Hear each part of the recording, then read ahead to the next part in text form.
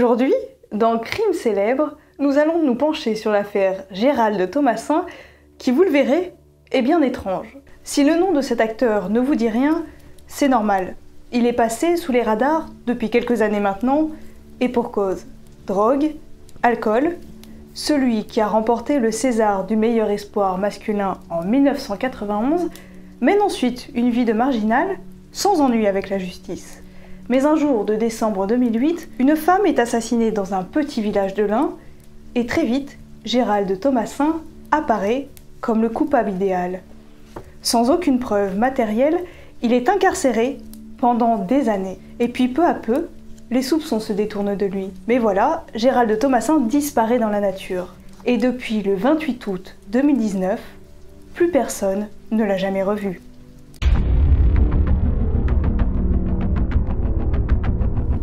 Gérald Thomassin est né le 8 septembre 1974 à Pantin. Et son enfance n'est qu'un long tunnel de galère.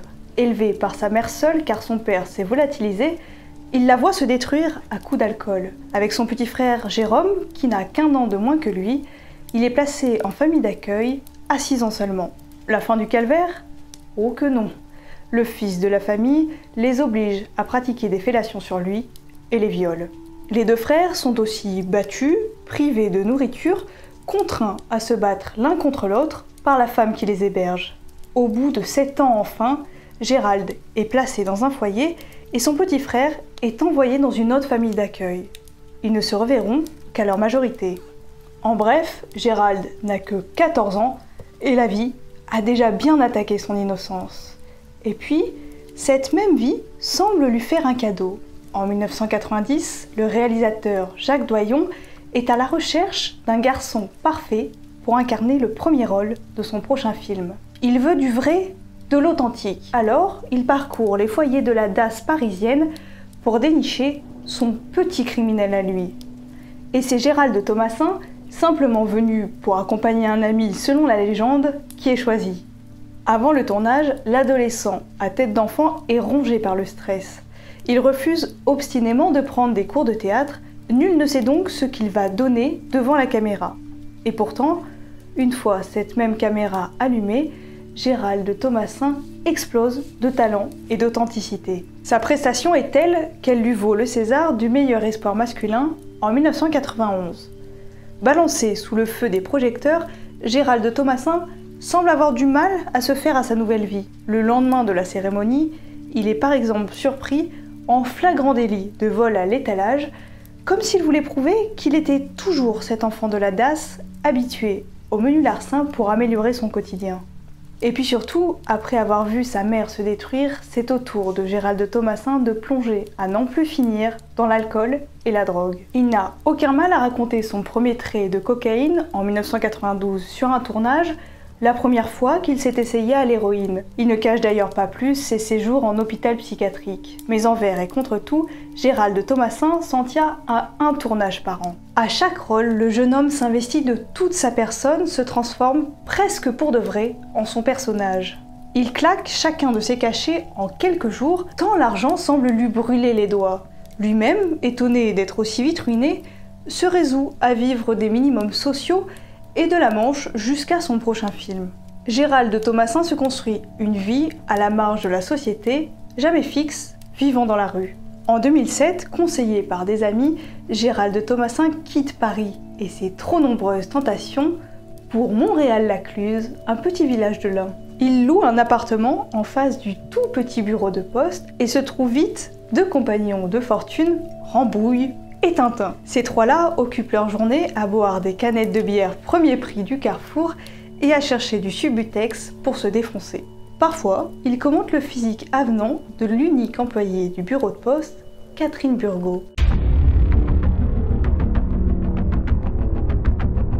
Dans cet endroit, à l'écart des grandes villes et des dernières modes, la grande femme blonde ose bottes rouges et imprimés colorés. Alors forcément, elle marque les esprits. Mais en 2007, Catherine Burgot va mal. Plus du tout amoureuse de son mari, elle vient de lui annoncer son intention de divorcer. Une demande qui ne passe pas du tout pour son futur ex-compagnon. Il la harcèle, refuse l'évidence, elle fait une tentative de suicide en novembre. Une fois remise, Sa décision est enfin acceptée par son mari. Catherine Burgot recommence à vivre, fait une jolie rencontre et tombe enceinte à 41 ans. Ce 19 décembre 2008, à 8h30, quand Catherine Burgot pousse la porte de son travail, tout va donc pour le mieux. Elle a à ses côtés son petit chien et sa fille qui chipote un pain au chocolat avant d'aller attraper le bus scolaire. La collégienne quitte les lieux à 8h37, c'est la dernière fois qu'elle verra sa mère en vie.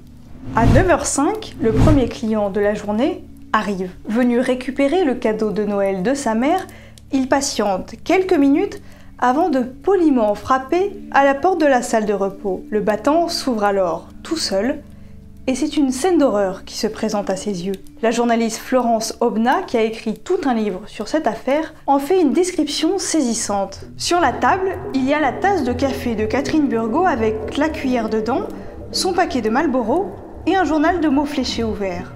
Sa chaise est à peine repoussée comme si elle s'était levée tout naturellement. Chaque chose est à sa place, pas un papier n'a bougé, mais tout est éclaboussé de sang. Une pluie de sang jusque sur les dessins d'enfants au mur, la vaisselle dans l'égouttoir et le pardessus en laine rouge. Le petit chien s'est assis à côté de Catherine Burgot. Elle gît entre l'évier et le coffre dans une nappe de sang.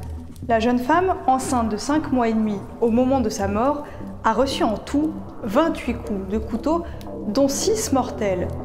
Ils ont été assénés avec une telle violence que certains lui ont transpercé les poumons, d'autres lui ont brisé les côtes. En plus du meurtre, 2 600 € sont manquants dans la caisse. Au vu de l'acharnement sur la victime, personne ne croit à l'argent comme motif du crime. Les enquêteurs se dirigent immédiatement vers le futur ex-mari. Sur la scène du crime, on retrouve une empreinte de main ensanglantée sur la caisse et d'autres traces permettant d'identifier un ADN partiel sur un sac de sport. Il s'agit de la même personne dans les deux cas, mais aucunement du futur ex-mari dont l'ADN ne correspond juste pas. Les enquêteurs cherchent donc une autre piste.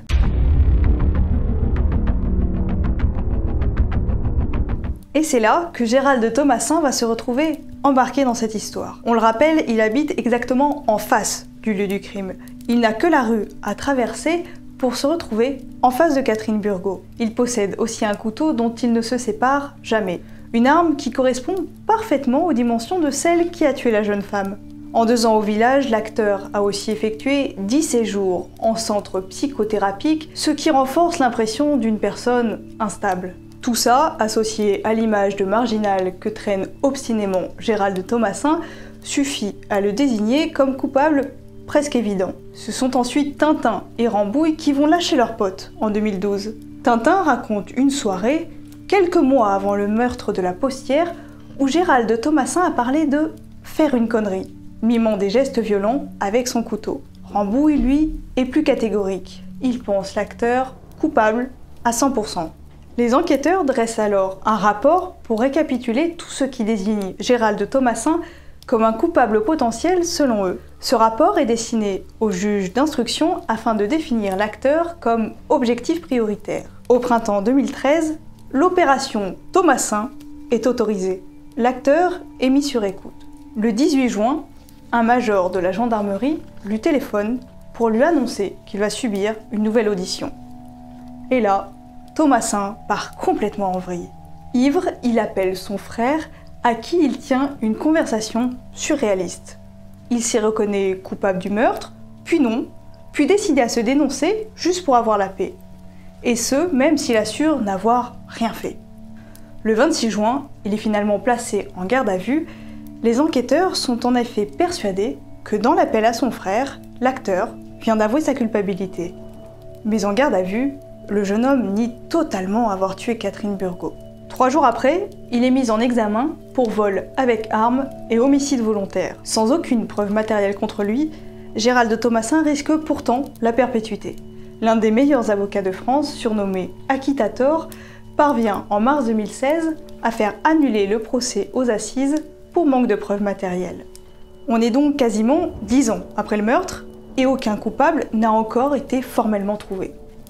Les enquêteurs piétinent, les juges d'instruction font grise mine et le sujet devient un peu tabou.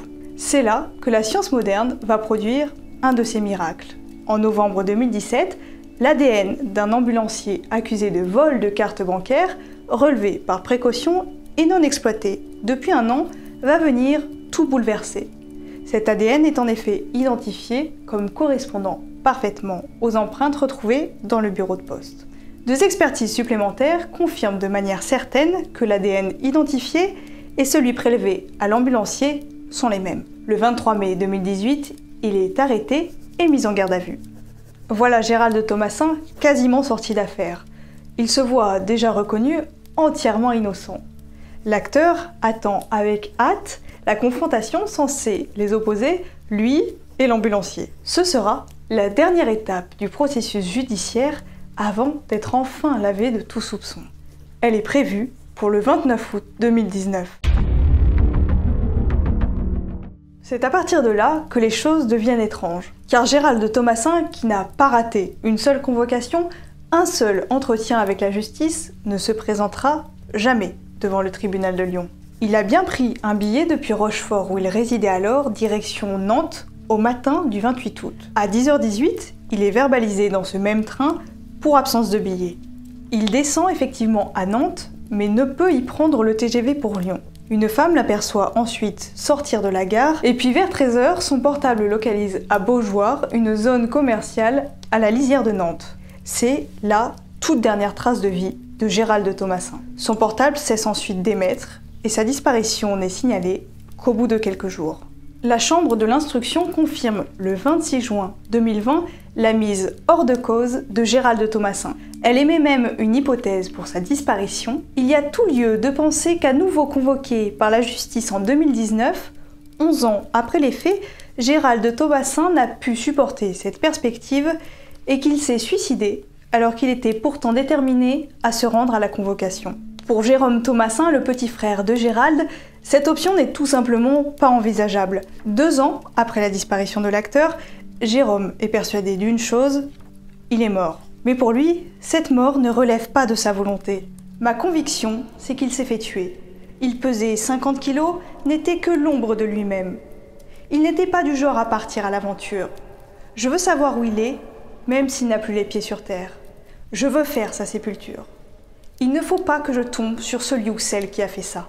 Jérôme Thomassin a aussi accusé les autorités judiciaires d'avoir totalement laissé tomber la recherche de son frère aîné. Je suis le seul à chercher mon frère. Je veux qu'on le retrouve, vivant ou mort. Pour l'heure, le mystère demeure entier. Je vous invite à liker, à vous abonner. J'attends vos commentaires. N'hésitez pas à me donner des idées pour d'autres affaires à traiter. Quant à nous, on se dit à la prochaine pour de nouveaux crimes célèbres.